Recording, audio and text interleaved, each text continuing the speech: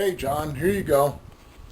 As requested, I'm gonna slap together a little dinner with those steaks we were talking about just the other night.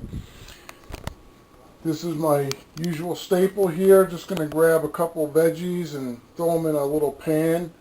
All right, and I just throw a little EVO, extra virgin oil, just to make sure that nothing sticks on the bottom.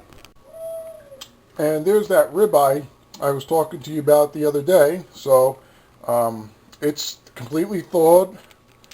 It's ready to go. Just in case anybody was wondering how I put together my veggie dinner, I layer it. So there's a layer of potatoes down there, and I just finished putting my layer of carrots. I'm also going to put another layer of potatoes, and I'll go in with some cauliflower and a pepper. Alright, so the full ensemble's together. All the veggies, a couple slices of apples on top, peppers, potatoes, some cauliflower, and carrots.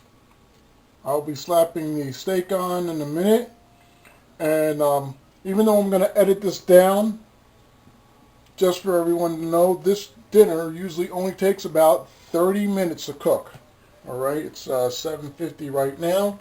I should be done by 8:30. Here's my usual staple of items that I usually throw in on top of the steak. So just so everybody can get an idea.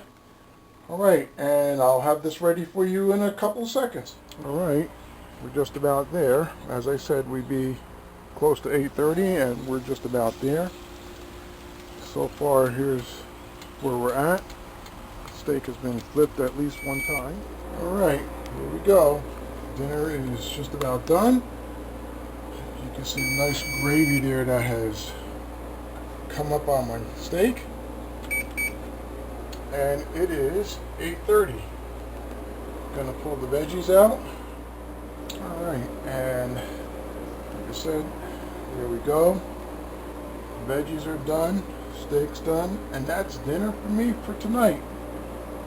Alrighty, have a good one.